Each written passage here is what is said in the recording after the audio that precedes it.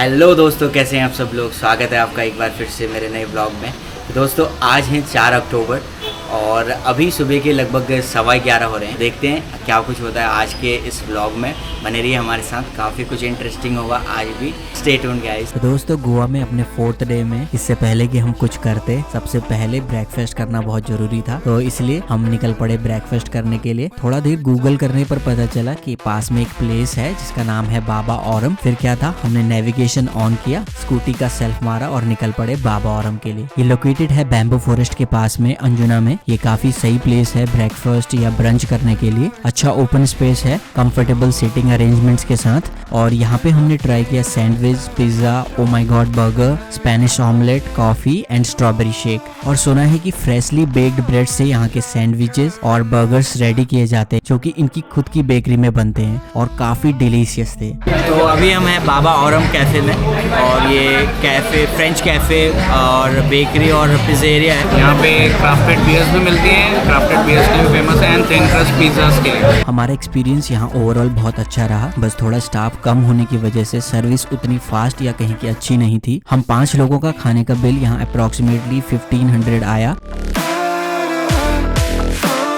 बाबा Aurum से खाना खाने के बाद अब हम निकल रहे हैं। अब यहाँ से हम जाने वाले हैं अंजुना फ्ली मार्केट, जहाँ पे हम कुछ शॉपिंग करेंगे और उसके बाद हम निकलेंगे पेंजिम के लिए। और पेंजिम में हम चर्चेज विजिट करने वाले हैं और फिर उसके बाद रात में कसिनो। यहाँ पे आपको काफी सारे स्टॉल्स दिखेंगे जिनमें आपको funky dresses, shrugs, kurtis, jewelleries, bracelets, embroidery bags, home decor के आइटम्स, शूज, सैंडल्स और भी काफी सारी चीजें मिल जाएंगी। शॉपिंग करने के लिए ये नॉर्थ गोवा में वन ऑफ द बेस्ट जगह है, जहाँ पर आपको तिब्बतियन और नेपाली सामान भी मिल सकता है।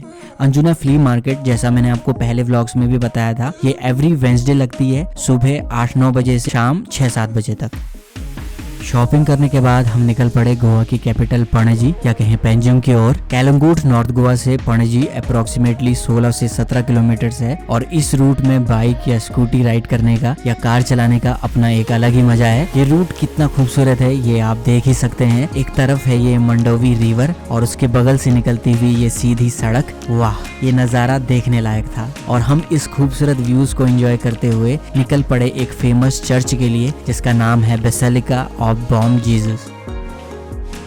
और नॉर्थ गोवा से पणजी तक का सफ़र बहुत बढ़िया था। अभी हम पहुंच चुके हैं बेसिलिका ऑफ बॉम जीसस, इस चर्च का नाम है। मैंने सुना है कि 5 बजे बंद हो जाता है ये, अभी 4:30 बज रहे हैं, तो अभी आधा घंटा है हमारे पास एंट्री करने के लिए। बेसिलिका ऑफ बॉम जीसस ये चर्च अप्रोक्सीमेटली 10 से 12 किलोमीटर है पणजी से और 20 से 22 किलोमीटर है कैलंगूट नॉर्थ गोवा से। ये एक वर्ल्ड हेरिटेज मॉन्यूमेंट है। यहाँ सेंट फ्रांसिस जेवियर के अवशेष रखे गए हैं। इस पॉपुलर चर्च को विजिट करने के लिए न सिर्फ इंडिया से बल्कि विश्व भर से लोग आते हैं। ये गोवा का एकमात्र ऐसा चर्च है जिसको बाहर से प्लास्टर नहीं किया गया है और ये बहुत ज्यादा पुराना चर्च है जिसका कंस्ट्रक्शन 1605 में कंप्लीट हुआ था। बेसिलिका ऑफ बॉम जीसस का architecture classic form plain architectural style का है। इसके आगे का हिस्सा ग्रेनाइट से बना हुआ है। ये हर दिन सुबह 10:30 से शाम 6:30 तक और संडेज को सुबह 9 बजे से शाम 6:30 तक ओपन रहता है। यहाँ आने के लिए कोई भी एंट्री फी नहीं है। यहाँ आसपास आपको पार्किंग भी इजीली मिल जाएगी। और इसके बाद हम निकल पड़े गोवा के ओल्डेस्ट लेटिन क्वार्टर फोंटेनास के लिए।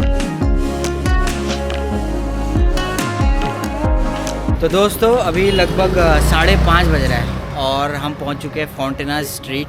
तो एक्सप्लोर करते हैं थोड़ा देर इस स्ट्रीट को। फोंटेनास बेसिकली एक रेजिडेंशियल एरिया है ओल्ड पेंजिम में। पोर्टुगीज ने गोवा पर लगभग 450 सालों तक रूल किया था और उसकी साफ झलक यहाँ के मकानों के आर्किटेक्चर में, पतली गलियों में, यहाँ की दुकानों में और यहाँ के खूबसूरत दिखने वाले रंग बिरंगे मकानों में साफ नजर आती है। और ये कैलंगूट नॉर्थ गोवा से अप्रोक्स 15 किलोमीटर है। कुल मिला के एक पुरानी स्ट्रीट है, पुरानी गलियां हैं यहाँ पे, जहाँ पे पोर्तुगीज़ लोगों ने अपना निवास बना रखा था। लोगों ने अपने घरों को कलर करा रखा है, रंग बिरंगे कलर हैं अलग अलग जो देखने में अच्छे लगते हैं। इसके अलावा यहाँ पे कुछ नहीं है। इसके बाद हम निकल पड़े एक और चर्च विजिट करने के लिए जो कि वहाँ से ज्यादा दूर नहीं था और जिसका नाम है church of our lady of the immaculate conception. ये चर्च अर्ली पोर्टुगीज आर्किटेक्चर का एग्जाम्पल है और इसे पोर्टुगीज सेलर्स की रिलीजियस नीड्स को पूरा करने के लिए 1541 में बनवाया गया था। और ये डेडिकेटेड है ब्लेस्ड वर्जिन मैरी को, जो कि जीसस की मदर थी। इसके बाद हम निकल पड़े कसिनोज के लिए। तो बिग डैडी, डेल्टन रॉयल और मैजेस्टिक प्राइड, ये सब कसिनोज हमको आसपास ही लग रहे थे, तो हमने सोचा एक एक करके इन सब में जाते हैं और इनके पैकेजेस के प्राइस पता करते हैं। 3 तरह के पैकेजेस हैं, रेगुलर, प्रीमियम, VIP, 3000, 4000, 5000। हर पैकेज में अनलिमिटेड डिनर, अनलिमिटेड ड्रिंक्स और लाइव एंटरटेनमेंट है। ओनली ड्रिंक्स का फर्क है यहाँ। बिग डैडी, डेल्टन रॉयल और मैजेस्टिक प्राइड, इन तीनों में हमको मैजेस्टिक प्राइड की डील सबसे सही लगी। इसमें हमने 3 टिकट्स ली 2500 रुपए पर पर्सन वाली और 2 टिकट्स ली 2000 रुपए पर पर्सन वाली। जैसे ही हम कसिनो के अंदर गए तो वहाँ हमने देखा कि वहाँ की तो वाइब ही अलग थी।